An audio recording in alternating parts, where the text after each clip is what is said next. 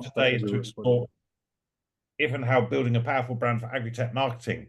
Perhaps we can ask ourselves the question, how often do farmers make decisions based on branding versus price? You might start by questioning the value of building a brand. I mean, do brands really impact on farmers? If you ask farmers about branding, they might just possibly say it's not important to them.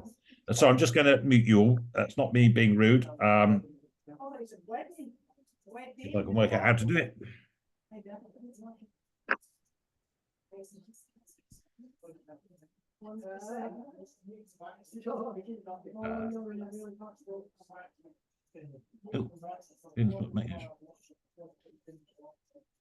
Pratt, if I make you host, can you just do the muting? Yeah, sure. Oh, keeps me around.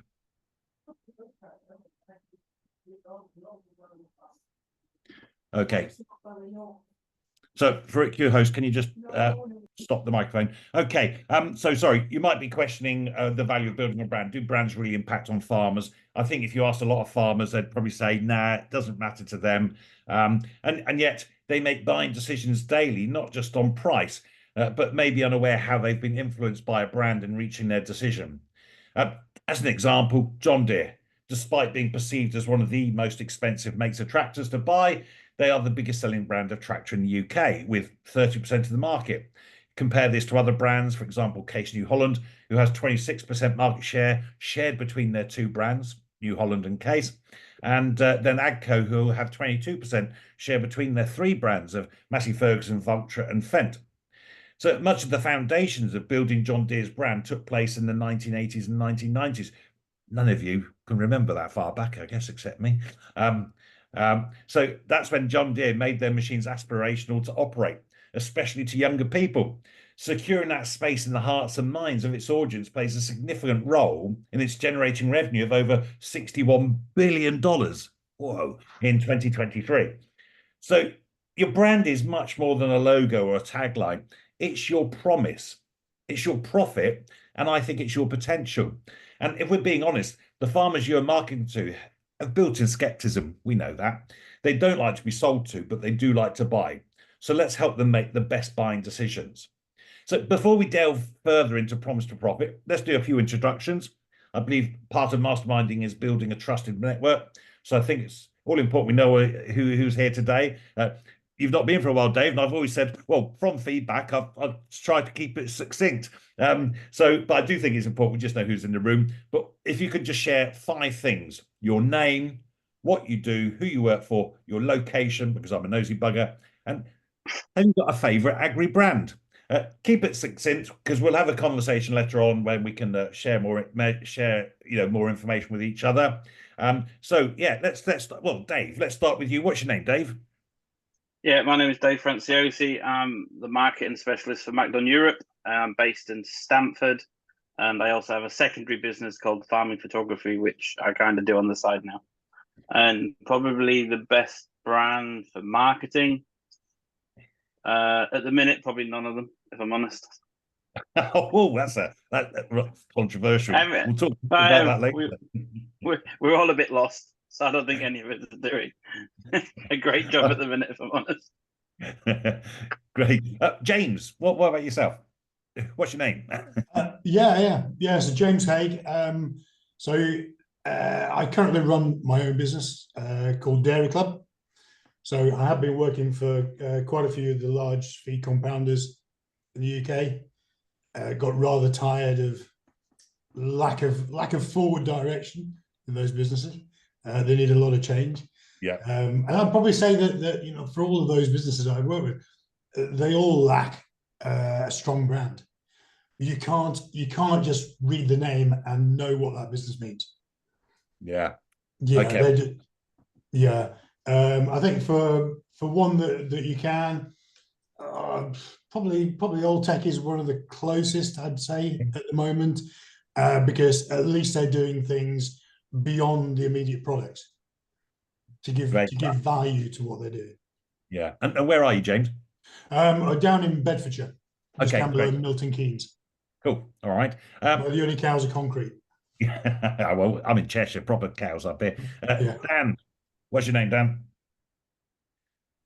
Hello, everyone. Yeah, I'm Dan. I'm business development manager at Opal Commercial, and we provide or arrange, excuse me, agricultural finance based in Cheshire. And in terms of branding, marketing, and whatnot, I would love to say the age-old nothing runs like a deer. But to be honest with you, and slightly controversial, I'm going to say a clothing brand of Shuffle, because I don't know how they've done it, but they are well in with every single Shuffle and a pair of V12 boots is the uniform. It's like an agricultural life vest. So hats off to them. Don't know how they've done it, but it's good. Yeah, yeah, that's great. That's great. Thanks, Dan. I'll just say, James, I know James runs a Holden Fencing, and I think provides a range of things for farmers, clothing, equipment, and such like. Farouk, who the heck are you? Hi, my name is Farouk. I work with Dan, obviously.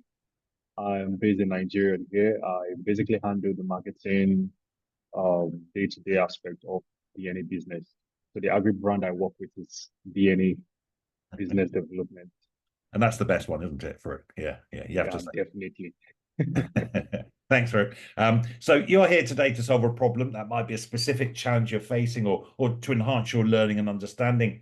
And today I'm going to show you some of what I do to help grow agri-tech businesses by blending marketing and sales activities to help you find and secure farming customers.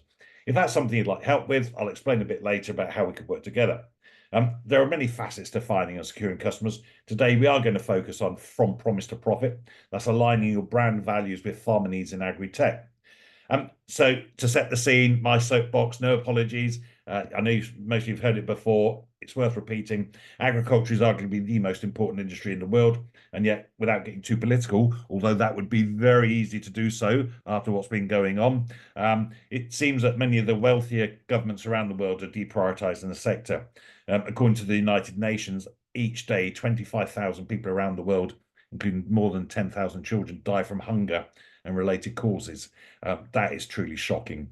Farmers everywhere have a very important role to play, even if in the shorter term they're forced through financial pressures to accept non-food producing schemes. It's clear we need to improve efficiencies, drive improvements and efficiencies in farming, including looking after our environment. And Agri-Tech has a massive part to play in this. And it's very unlikely that one Agri-Tech solution is going to revolutionize food production. More likely it's going to be moving the needle by 1 degree, but multiple innovations have a compound effect. So really, it's all about marginal gains. Of course, the challenge really is that farmers don't know what they don't know. So how can we firstly make them aware of innovations, then help them to understand and how that they beneficially impact them? I mean, after all, if you had asked a farmer in the 1980s what would help them plough more land, they'd have probably said more horses. A set of horses could plough about an acre a day. They had no concept back then that 100 years later we could probably plough an acre in 15 minutes. Even more so, though, no realization it's possible to grow crops without ploughing at all. That's all, of course, with modern day direct drilling and the benefits of glyphosate. So that's why building a powerful brand in the agri sector is so important. We need to attract, engage, educate, and motivate your audience. The concept behind the Agri-Tech Marketing Mastermind is to share ideas, get creative, explore what has worked and not worked for ourselves. Definitely an interactive session, assuming no one is still in their pajamas. Great to see you've all got your cameras on. So this is informal. This is not about me doing death by PowerPoint, although to break with tradition, I have got a couple of slides this time. In the group, we have a wide range of marketing and agricultural experience and knowledge, but we're all students and we're all teachers. You could argue the true test of learning something is being able to teach it to others. So I hope we can all get to help each other. It's possible you might perceive you have a competitor in the room. How much more powerful is collaboration and competition? So each Agri-Tech Marketing Mastermind, we introduce a topic, have a short talk about it. Then we open the floor to everyone to share their thoughts or perhaps a challenge that you're facing. And maybe, between us, we can help, help you find ways to overcome that challenge. The reality is you learn as much from hearing other people's challenges as you probably do from sharing your own. And of course, any ideas to improve this mastermind are welcome. After all, feedback is the breakfast of champions. I believe in keeping to time, so we will be finished promptly at 11 o'clock. I will hang around at the end for a short while if anyone has anything else they want to say. You might be wondering what gives me the right to talk about sales and marketing, growing businesses in the agri sector. After all I ever wanted to be was a farmer. At the age of 9, I was sent to Auntie Jean's farm near Crewe in Cheshire. I was put on the train in London, and I fell in love with farming. And I mean, Auntie Jean was quite cool too. So I, from a young age, I knew what I wanted to do. Ended up going to agricultural college down in Plumpton, in Sussex. 3 fantastic years of my life. And then ended up living my dream, driving big green tractors with yellow wheels in Essex. And then I was persuaded by my fiance that farming wasn't going to provide the lifestyle expected of me. So very naively, based on her skills as a graphic designer, we set up a design and marketing agency, go figure. And this was back in 1990, none of this internet stuff. I mean, that's never going to work, is it? So we had that business through till 2016 when she decided not to be married to me any longer. And I realized I could go and live my dream again. So I actually went to work on a farm on the Isle of Man and then traveled to New Zealand as a spraying contractor. On my return, remembering how cold and wet it is here in the UK. I was going to say cold and wet in the UK in the winter, but it's nearly all year round now. So I realized I could blend my business experience with my love and passion for farming. So that's where I am at, and I work with clients to help them find their customers. So let's have a look at from promise to profit. I would suggest your brand contributes significantly to any business in 3 ways. Firstly, your brand is your promise. What is your point, and why should your audience care? Your brand is your profit. It's what differentiates you and reduces price competition. John Deere made over $10 billion in 2023. Your brand is also your potential. Into the future, it's the goodwill that you create, the loyalty that you build, the repeat customers that you gain, the raving fans that you build. And in the dynamic world of agricultural technology, Agri-Tech, the promise of innovation often comes hand in hand with the challenge of aligning brand values with the genuine needs of farmers. As technology continues to revolutionize farming practices, it becomes increasingly crucial for Agri-Tech brands to not only deliver on their promises, but also to deeply understand and cater to the unique requirements of farmers. And Agri-Tech is not just about introducing cutting-edge technology into agriculture. It's fundamentally about transforming the way farming is done.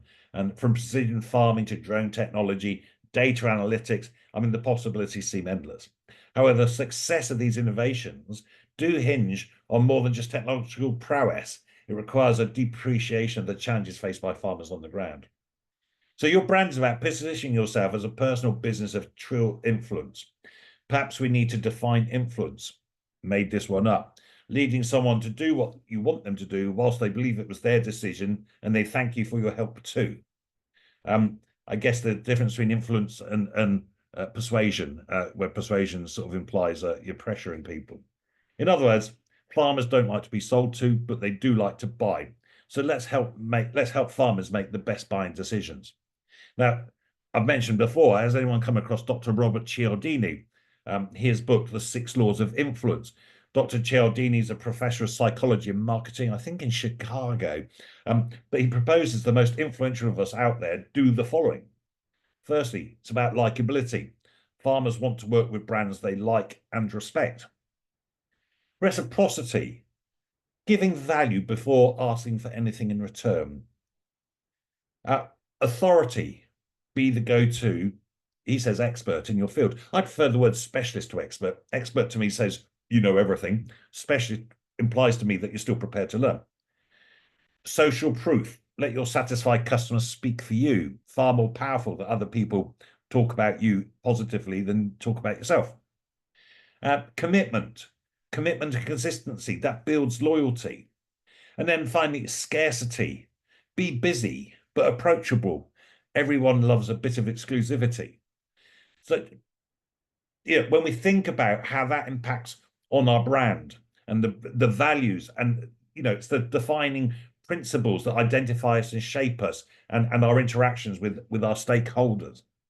In the context of Agri-Tech, aligning brand values with farmer needs goes beyond mere marketing. It's about establishing a genuine connection and building that trust. When farmers see that a brand's value resonate with their own, they're more likely to engage with that brand and adopt its solutions. So, I mean, trust is the cornerstone of any successful relationship, and the relationship between Agri-Tech brands and farmers is no exception. Farmers need to trust that the technologies they invest in will deliver tangible benefits and improve their livelihoods.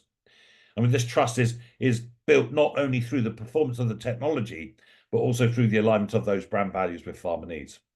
And to align brand values with farmer needs, Agri-Tech brands must first understand those needs intimately. And this requires active engagement with farmers, listening to and understanding their problems and concerns. There's not enough time. It's too hard. They're short of labour. Not quick enough, and involving them in the co-creation of these solutions. Whether that's increasing crop yields, reducing water usage, improving efficiency, Agri-Tech brands must demonstrate a genuine commitment to addressing the most pressing challenges faced by farmers. And this is where one of the biggest challenges in building a brand raises its head. It's not what you believe about your brand, it's what your audience believes. Remember, perceptions are reality. How you think you're perceived, how you'd like to be perceived, and how you are perceived can be three very different things. You need to be in control of your brand. You need to be in charge of it. And I've got a slide. Let's see if we can get this slide up. What do you see? Give it a shout out. Don't forget to turn your mics on.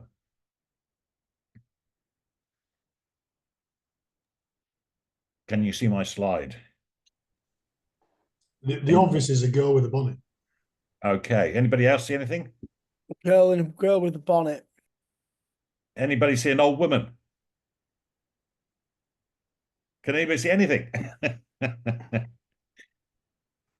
Can anyone see? Just found the old woman now. The necklace is the mouth. Got you. Yeah, that's right. Oh, well, actually, yes, the necklace is the mouth, and the chin is her nose, isn't it? But the point being that we all see things differently, and this is why we have to really think carefully about perceptions. So, in addition to understanding and addressing farmer needs, our Agri-Tech brands must also be transparent and accountable in their actions. This means being upfront about limitations of technology, acknowledging failures. Are they failures or lessons? And continuously striving to improve. By fostering a culture of transparency and accountability, brands can build long-lasting relationships based on trust and mutual respect. So how do you go about building a powerful brand that connects, engages, and converts farmers into fans and customers? I believe there are 12 essential assets that your brand needs to work harder to attract your ideal customers and to drive awareness. And as we talk through these assets, perhaps you could score yourself, firstly, on what level of clarity you have for that particular asset. And the second, you could perhaps score to score to set how important or the priority that you attach to that asset. If you scored yourself out of 5 for each question, so you end up with a score out of 10, and where 1 is you have no clarity or you feel it's no importance, or to 5 where you have absolute clarity and you're getting the asset right is a top priority for you. So there are no right or wrong answers, and don't overthink them. Your gut feeling is more often right than wrong. Your answers will give you a snapshot of what you should be focusing on to make your brand work harder, attract more ideal customers, and drive awareness of your business. So firstly, let's have a look at some foundational essential assets. You wouldn't build a house without solid foundations. More than likely it would fall down. It's the same for your brand. Without solid foundations, at best it will be rocky, at worst it will collapse. And that's why your brand is not merely a logo. So to get your brand foundations right, you need clarity on your vision. So where do you want your business to be in 1, 2, 3, 5, 10 years time? Your choice. Use a time frame that works for you. How much clarity do you have on a scale of 1 to 5, where 1 is none and 5 is crystal clear? And then what priority do you place on having clarity on your vision, where 1 is of no importance and 5 is vitally important? So have you got a clear vision, and how important is it to you to have a clear vision? Following that, we then have your mission. What does your business need to look like now to work towards your vision? You may want to consider how different aspects impact on your mission. For example, function, what does your business do? People, that's staff, that's partners, that's suppliers, that's customers. Geography, where do you operate and where are your customers? Technology, how can you best use it? to build your business. And of course, financials. We are in business to make profit, often considered a dirty word in Britain, but we're here to do that. How does that profit, how do those financials stack up for you? So how clear is your mission, and how important is it to you to have a clear mission? Next comes your values. What do you stand for? What's important to you? What do you want others to think of you and your business? When your values align with those of your customers, that leads to great relationships. When values conflict, that's often when relationships go wrong. Of course, when asked what their values are, most people will say honesty and integrity. I've been doing this sort of stuff for years, and I've not had anyone yet saying dishonesty and deceitfulness is one of their values. So we've got to dig a bit deeper and ask yourself, what's important to me, in particular around people, wealth, behavior, and personal issues. So how clear are you on your values, and how important is it to you to have those clear values? Then a subtle difference. What is your value? What's in it for your customers? What is your point, and why should they care? What problems do you solve for your customers? Sorry to seem patronizing, but fundamentally business is about exchanging value in one form for money. So what value are you giving your customers? Are you clear what value is? And is it easy for your customers to understand so they choose to buy from you at the price you set? That's the price that reflects the true value of what you deliver. So how clear is the value you deliver, and how important is it to understand that value? We then move on to sort of strategical assets. So with a sound foundation, you need to find the right position for you in your marketplace, not in the old position, but right in your sweet spot. Not made up for convenience, but somewhere it feels just right for you, where you can deliver big value in your flow. I can't even say it now. Authenticity is the key here. So who is your ideal customer? I mean, a common mistake is to believe you can serve all farmers. Maybe you could, but the point is then you're taking pot shots to reach your customers and hoping you get the odd one. Far more effective to know who you are precisely aiming at, understand them in depth, and ensure your message is specific to them. You will give far higher value to your ideal customers. And sorry, the old cliche, try to speak to everyone, you end up talking to no one. So who are your ideal customers? Where are they? And what's important to them? Next, then, your story. I'm sure you've all heard me say in the past, facts tell, stories sell. Gone are the days when you are either a business to business, a B2B, or a business to consumer, B2C. We're all now people to people businesses. Buying decisions are made emotionally, even when on the surface the decision seems to be made on price. In reality, someone somewhere would do it cheaper.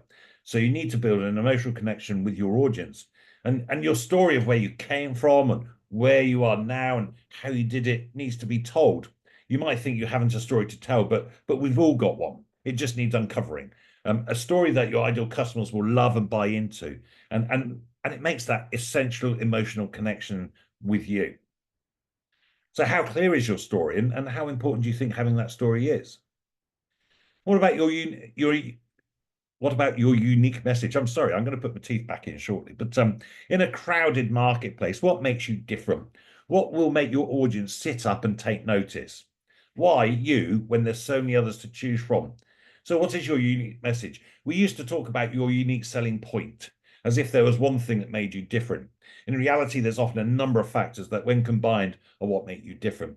I mean, it can often seem difficult to identify your unique message, and yet this is often a compelling reason why people buy from you. And also, rather than talk about unique selling points, could we or should we talk about unique buying points? Doesn't that change the emphasis on we're actually focusing on our customers, what they want, rather than what we're trying to flog them? So how clear is your unique message, and why should people choose you? How do you feel about how clear have you got your unique message? We can then move on to your look and feel. How do you deliver your vision? How do you deliver your mission, your values, your value, your story, and your unique message to your audience? What does that look like? How do you get noticed? Of course, anyone can get noticed. They just need to strip off all their clothes and they'll get noticed. But that's not likely to get the right attention. This is all about your branding, not simply a logo. Of course, your logo is an important part of your branding, but getting your look and feel right is so important, with consistency. I mean, after all, it's the weakest link that breaks the chain. So what is the weakest link in your branding? Is it your logo? Is it your tagline, your slogan, the colors you use, or the typography, your elevator pitch and words you use? Photography could even be you. So is your branding effective, and how important is it to have that powerful branding? And then we can move on to the tactical stuff. And this is about how we deliver your unique message to your chosen audience. Of course, the tactics you use will depend on what it is you do and who your ideal audience is. It's about having your toolbox of brand building tools. You should be trying different tactics, measuring results, comparing and refining. In any case, you need to be looking at public speaking and networking. Cliche, your network is your net worth. If you're in business, you should be speaking to audience, whether that's to one person or hundreds. It's about positioning yourself as an authority. Remember Robert Cialdini's authority piece. Being a person of influence and sharing your knowledge and experience is a great way to give back as well. So a broad and deep network of contacts is truly powerful way to build your brand and business. And two things you can do to improve your network is, firstly, to ensure you stand out wherever you go. And secondly, follow up the new contacts you make to really get to know them and find out how you can help each other. So have a think about how effective you are at public speaking and networking, and how important, what importance you attach to speaking and networking. We then need to talk about marketing. So is branding marketing or marketing branding? That's a rhetorical question. Maybe we'll discuss shortly. How do we create sales opportunities? Are you doing it well and consistently? Marketing can be directed to new people or your database, whichever. It's all about creating sales leads, persuading those, influencing those who are ready to do something different to actually change their lot where they are now. It doesn't necessarily mean you've got a sale yet, but marketing takes your prospects from inactivity to action. It's about getting them ready to buy. And the chances are you'll need a suite of marketing tools, from online and digital, like websites, social media, using pay-per-click, email campaigns, apps, video, and don't forget some of the more traditional media. We know, like, farmers like events and exhibitions. We know that print still plays a part for many farmers. So have a think about those tactics. Are you using them effectively? And again, how important is it to you to improve what you're doing there? So how about then moving to your sales funnel? How easy do you make it for your customers to buy from you? Do you take them on a journey from when they first become aware of you, building a relationship, building trust, credibility, and authority? You need new contacts going into the top of the funnel, using your marketing tools. But to get them into it, you need to give value. Remember what's in it for them. Once in your funnel, you need to nurture. Keep in touch, give value, build your influence so your audience understand what problems you will solve for them, what value they will gain from you. You need to make it easy for them to purchase from you. Maybe something small, low value first, to really establish trust. What are the steps on your product staircase, if you've got a product staircase? Do they choose to buy more often and higher value from you? How do you keep delivering value? So think about how effective your sales funnel is.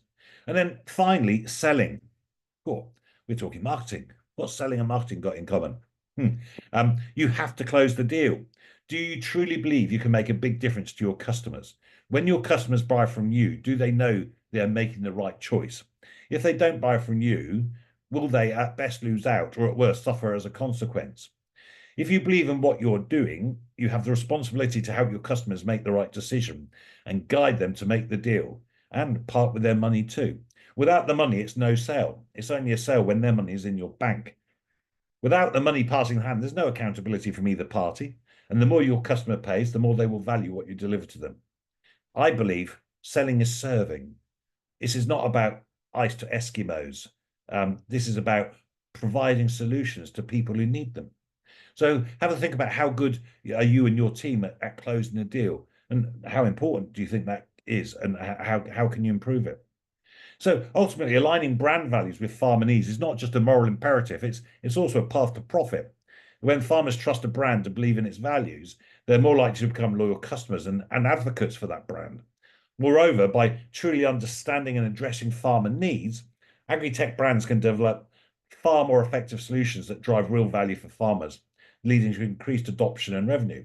So to sum it up, in the fast-paced world of agri-tech, the journey from promise to profit begins with a deep understanding of farmer needs and a commitment to aligning brand values accordingly. By building trust, addressing challenges, and fostering transparency, Agri-Tech brands can forge meaningful connections with farmers and create solutions that drive both social impact and financial success. In the end, it's not about selling a product, it's about building a partnership based on shared values and mutual benefit. Your brand should capture space in the hearts and minds of your customers and engage your audience emotionally so you can change the way they feel. And just have a think about the cost of getting it wrong. You have 3 options to build your brand. Number 1, DIY, do it yourself. Why not? Number 2 is DWH, done with help. So actually, you might not have the resources to go fully on, but actually finding someone to actually help you do it.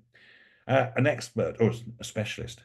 And then 3, done for you, DFY. So actually you can turn and let somebody actually make this all happen for you. So a couple of examples when branding goes wrong. Let's just take a quick look.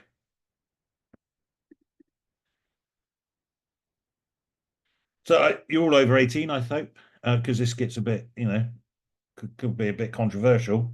So somebody creates a Japanese house, no real problem with that until they put the moon behind it or the sun behind it. OGC, the Office of Government Commerce. That's all right, isn't it? Until you look at it differently. Is that a cock-up? So it can go wrong, and we need to think very carefully about how we make sure it's right. And remember, perceptions are reality. So if you'd like to explore building an effective, powerful brand, or indeed any challenges around growing your business, very happy to have a strategy call to look at driving business performance. Farouk will put my details in the chat box.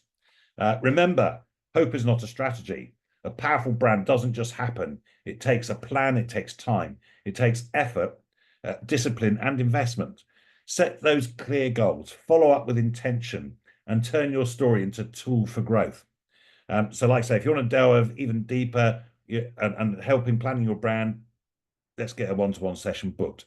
So look, that sort of brings me to the end of my spiel. I think I'm going to have to pick on Dave first, because, and sorry, if you've not been to one of these before, you know that you don't get a choice about joining in. That's how it works. Dave, you said at the beginning when I said, "What's your favourite brand in ag?" And you said, "Yeah, don't think there is at the moment." Go on, tell us a little bit more. Where's it going wrong? I think everyone's in a bit of a panic mode because it's changed really quickly. The whole environment's changed quite quickly, and it's something that a lot of brands are probably scratching around to find out what does work. So there's a lot of stuff being tried, and there's some stuff which kind of does work, and then there's other that you kind of look at and think you've literally run out of ideas.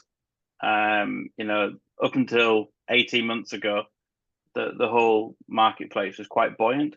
So marketing was not looked on very much, to be honest.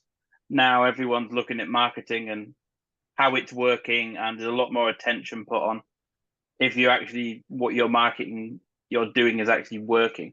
Where before, when sales were good, you could kind of get away with not having to do a lot. And I think that's what's happening now. I get a lot of phone calls from people who are in marketing positions for quite a long time and are now being required to think out the box and actually become uncomfortable with what they're needing to do.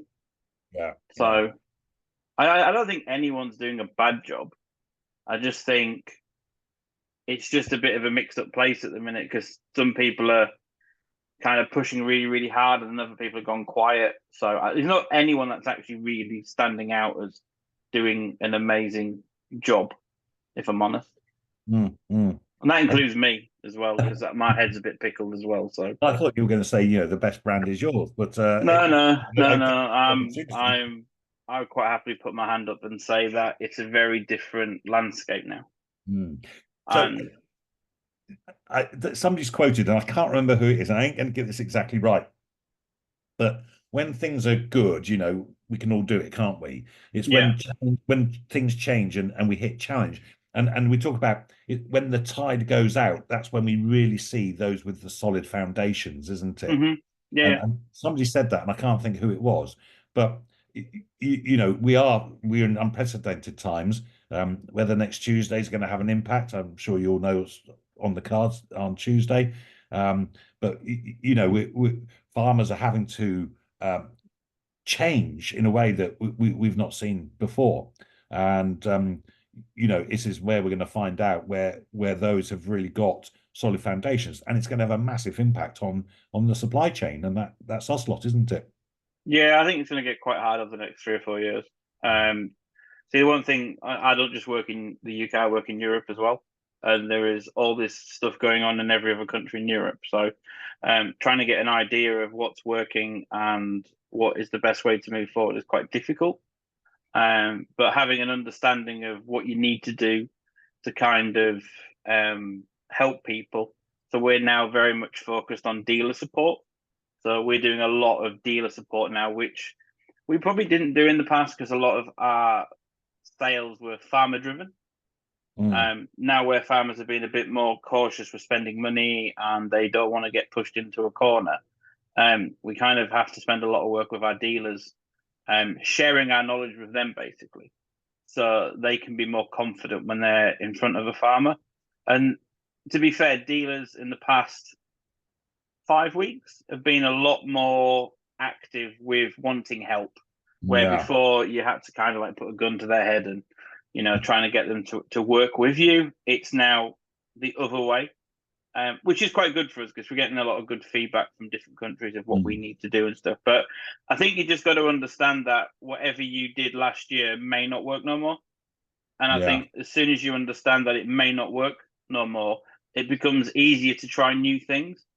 I think going down the feelings of, well, it worked last year and the year before, it's going to work this year, then you're going to get into some trouble. I think, to be honest with you, it's a very depleted market now for investments, and people are going to invest less, but invest in the right product. So your message to your customers has to be very, very strong, but it also has to be backed up as well. So, you know, we're starting to do a lot more different ways of reaching new customers. So before we would make a video and 100% of that video would be music. Okay, we'd get the farmer's attention. They'd sit for a minute, 2 minutes, watch your video, and we'd play the music. Now that's changing. We're reducing the music by about 40% out of the video, and now we're using AI voiceovers.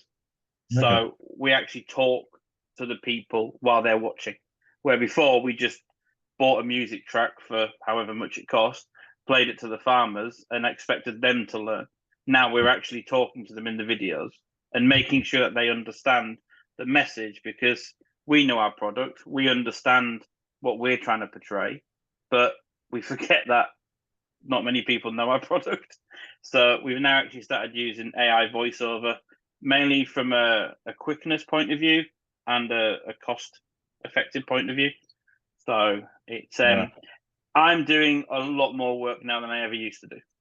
Yeah, and it's advertising, isn't it? You know, it's constantly looking at what is working, what's not working, and and I think a lot of brands did marketing when they didn't need to do it.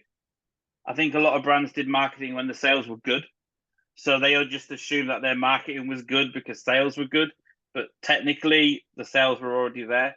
So the marketing that they were doing probably didn't have the impact they thought they had.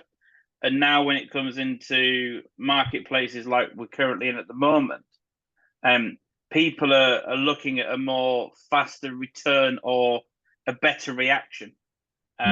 You know, where we'll market a product this week, and then next Friday we'll have a meeting with our sales team around Europe and see if we've had any inquiries. We never used to do that.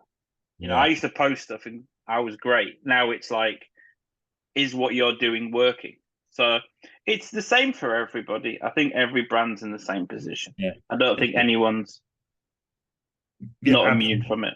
Absolutely. Yeah. But James Holden. Sorry, we've got two James. Just, you know, you like to confuse me, don't you? I'm a simple guy. James, we've sort of not seen each other for a while, but we have spoken before, going back a few years. Yeah. But well, firstly, how are things going? You know, you're probably in a competitive situation, aren't you? Yeah, in a very competitive situation. We moved premises back in April. Finally got around to opening the shop up again this last few weeks, but I'm not gonna lie, since the last 2 weeks, business has been very, very slow. Everybody's tightening the belts, nobody's buying. The website hits are down, website traffic's down, sales are down, and nobody's got any confidence. Nobody wants to. Everyone wants to keep hold of the money they've got just in case they haven't got it in 8-10 months' time. Yeah, the impact, the political impact, and let's not get into a party political discussion. Yeah, but the impact is felt, you know, throughout, and you know, ill thought through the consequences of what they're proposing. yeah. But also, I do a lot of sales to fencing contractors. Their inquiries are down because they rely on farmers for a lot of their work, which has a knock-on effect to other industries, to the sawmills, to the treatment works, to the tractor suppliers, to the servicemen, to everybody else like that. It's a massive knock-on effect. And I don't think even if it is reversed, confidence will come back immediately because nobody has confidence in this government anymore. As Rebecca Wilson said on Newsnight last night, nobody's got any confidence. Yeah, and it's how do we? But I mean, as businesses, we have to react somehow, don't we? And we have to find a way around. Yeah. Have to find a way around. The money's there. It's just convincing people that the right time to spend it is now. Yeah, maybe need to stock up on shuffles and see if we can, because you do clothing as well, don't you? I seem to remember. We do a lot of clothing, yes. So stock up on shuffles and find a different audience for them. Yes. It's adapting, isn't it? It is, yeah. It's adapting, overcoming. I've tried to market myself not just the agricultural industry these days, at the professional dog walkers, at the general outdoor clothing people, even the gym goers. With a lot of the stuff, it's finding that market. You can't be unique anymore. That's the problem. Yeah. So actually, one of my clients is a company called Dudley Peveril. Right.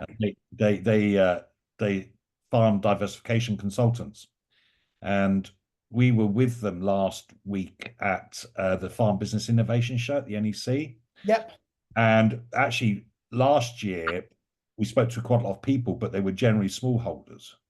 This year, we had most of the conversations were, sorry, not being rude, proper farmers, you know, people who are running, you know, serious acreages. Yep. And you know, why were they there?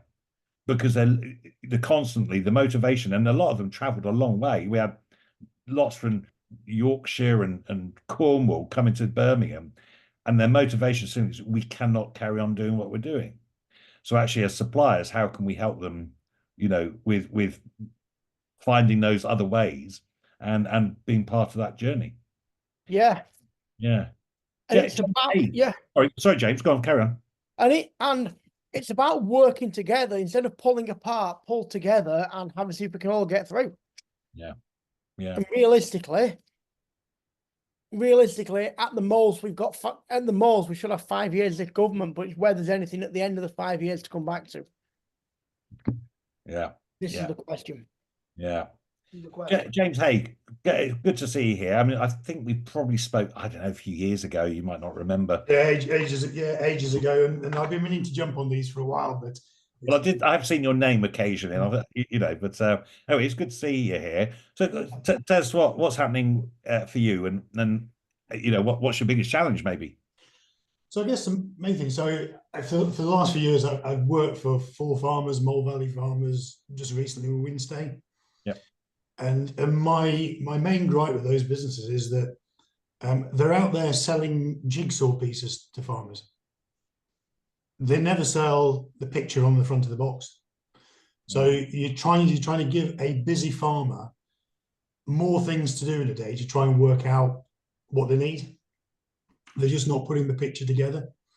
So I think it's very difficult when you're a farmer and you've got 3 reps coming up a drive in a day, and they're going, oh yeah, our dairy chemicals are best, our dairy chemicals are best. You know, you got there's too much choice. You end up with paralysis on farm, and there's just not enough challenge, I think, to help farmers to move from where they currently are to where they're going to be.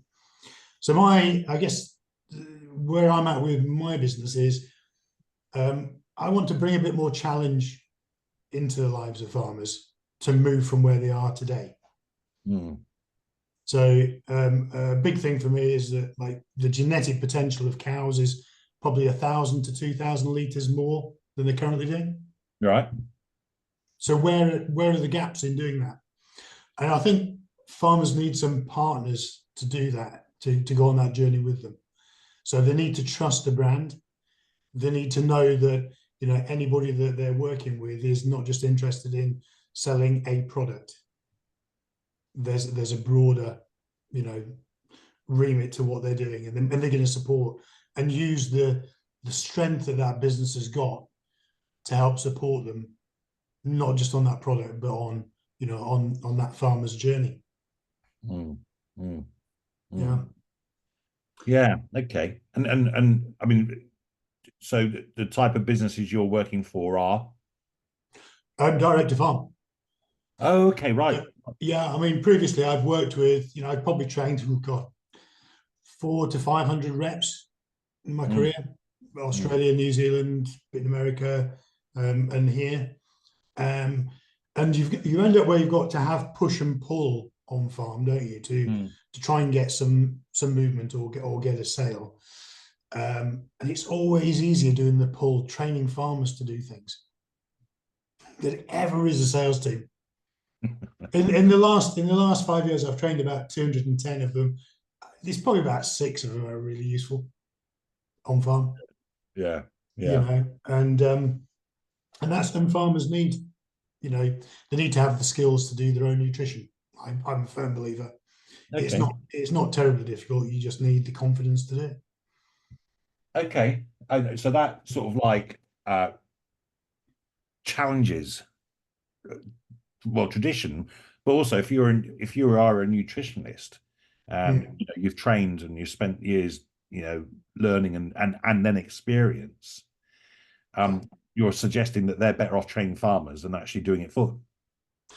I think for a farmer, you've got to know why you're doing something. You've got to have, so you go to a farm, you do a ration. Yeah, you need to put half a kilo of hay in that diet because they're desperately short of dietary fiber. You go back the next month, they haven't done it. Because they've not fully appreciated the value to it. You've not given them ownership over doing it. You know, you go on farm and you write a report, and things won't be actions. You've got to empower people, you know, and empower farmers to do things themselves. Shouldn't be frightened of giving them the power. Most of them are very, very capable of doing it. So there's a few consultants in this country where they used to be farmers, and I taught them how to do nutrition themselves. No way they've gone.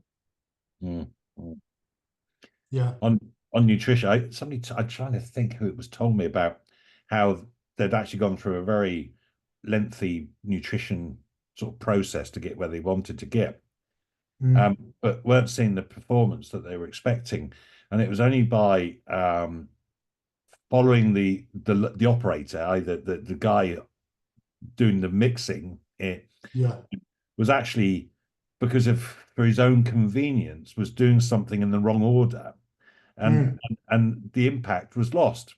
And, you know, so we can have all these great ideas, but, you know, on the ground, people have got to understand why you're doing it, haven't they? It's, you know, yeah. So I think there's a, you know, constant process of, so if you want sales, I've never really sold to people directly, you know, a product or anything like that. I've always worked on the needs of the farmer, what they're looking to do, and then the products follow on behind. You know, and I guess, like in New Zealand, I'd probably sell 50,000 tons of feed when I was over there, but I never tried to convince anybody to buy a ton of feed. I always looked at what they were trying to do, and that was the brand, really. Yeah. You know. Yeah. So actually, the brand is the solution provider. The brand, the clarity of the brand is absolutely essential. And like Dave said, you know, there's not that many impressive brands. You don't know what they stand for. Mm. Mm. You know, Interesting stuff. Thanks, James. Daniel, where you know you're trying to establish Opal as a farm financer. How you find it and the brand, how you know, how's that all coming together? Yeah, it's going well so far. We're happy. Could always be happy and can always do more. The issue, I mean, all 12 points that you mentioned earlier, Dan, are very, very useful to break it down into small chunks. But yeah, the issue that we're finding at the moment is there's not really anyone else who does it like we do. Just the nature of a finance broker. Farming likes to go direct to bank. So for us, it's getting that message across. And I think what James just said about the pull is easier than the push and training the farmer rather than, you know, anyone else. I think that's a really good point, and I wrote that down. I'll remember that because we are extremely confident in what we're doing. We can see the value, but it's a case of we need to get the message across that to the farmer that the system is broken. There is an alternative route, and it's that message that we need to try and get across. But yeah, when you break it down into your little chunks, there is certainly more that I can be doing. So yeah, very good session today. It's fantastic. Well, I hope it's as good as the last ones, but yeah, an unusually good one. No, it's brilliant. Thanks, Dan. So look, I mean, is there anybody who's got a particular challenge that they could do with some input from unbiased third-party people, or is everything perfect?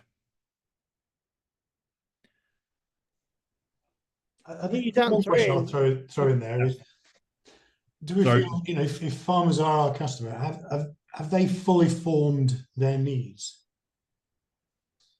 You know, if they're trying to align, you know, if we're trying to align alongside them, have they fully defined what their needs are? If that's a question to ask, I mean, other people can answer, but no. I mean, that's back to the story about, you know, if you asked a farmer in the 1880s, how can he plough more land? He said more horses. So what he wants is to plough more land, but how he does it, he doesn't really know what he needs, does he? Because he doesn't know what he doesn't know. And I think, and you know, Dan, you've just said, you know, farmers traditionally go to their bank manager for finance. You know, and actually the options are so much broader than that these days. So actually, how do we get farmers to actually open their minds to being receptive to totally different and disruptive ways of doing things? And you know, in the traditional, you know, I can't remember what it's called now. You know, with different types of buyers, you've got your innovators, you've got your early adopters, you've got your later adopters, early majority, late majority, and the laggards. You know, what percentage are in that innovation early adopter type stage who are open to it? And I would guess maybe 10%, if that. You know, that a lot fit into the let's see what the others are doing, let's wait and just test it. And certainly from sort of my own experience, it takes a year to launch anything in farming because it's seasonal, but it's not just that. They're waiting to see if you're still around almost. It's so I don't know. Anybody else got? I'm very conscious of the time. Anybody else just want to add to what James or answer what James said? I think one of the problems at the moment that I've found recently is because of what's going on. Social media has become quite a negative place, so a lot of people are staying off it. Because there's a lot of people who are quite vocal about what's going on, and sometimes they probably don't have the best advice. So I know a lot of people who are just staying off it, who are just giving it a wide berth. So if people are staying off social media, what do you go back to? Mail shots, putting adverts in magazines? What do? You know, there's so many things changing in a very quick period. You know, like, you know, with what's going on with the protest next week, you know, there's a lot of people who are who are scaremongering just to get clickbait, you know. And a lot of people are just, from a mental point of view, staying off social media. So, from a marketing point of view, how do you combat that quickly? Yeah, absolutely. Well, look, James, you were going to say something, but what I want to do is wrap up. Always happy to stay on afterwards because I'm just, nobody should be embarrassed about leaving at 11 o'clock. So it's now time to bring this to a close. I promised to finish on time. We've all got busy diaries. If you want to explore branding or indeed any other aspect of growing your business, reach out. Let's have a one-to-one. My email and phone number in the chat box, I hope. Drop me an email, drop me a text message, or you can do it the old-fashioned way and pick the phone up. Do you know, these things, they sort of work like that, don't they? Also in the chat is a link to the DNA YouTube channel where you can get the recording of this in due course, and there's the recording of the earlier sessions. I think I'm meant to say something like, please like and subscribe to the YouTube channel, ring the little bell. I obviously don't watch enough of these influencers who say these things. If you want to be connected up with anybody within the Zoom, drop me a message and I'll just check that they're happy for me to pass you their details, and we can connect you up that way. So remember, book a one-to-one call with me for a deeper conversation. Ultimately, as suppliers to the most important industry in the world, farming, we have a responsibility to really understand farmers and provide them with workable solutions to help them produce food and run profitable businesses. Your brand is foundational to building a sustainable business. Your brand is your promise. Your brand is your profit. Your brand is your potential. Make it easier for farmers to really understand how you can best serve them. So thank you for joining us today. Don't hesitate to reach out. Keep telling your story. Keep building your brand. And I'm going to hang around for a short while and afterwards if anybody wants to ask any further questions. Otherwise, it's time for me to say goodbye. And it is 10:58. Remember, hope is not a strategy. Goodbye. Cheers, Dan. Thank you very much. Thank you, Daniel. Okay, great to see you all.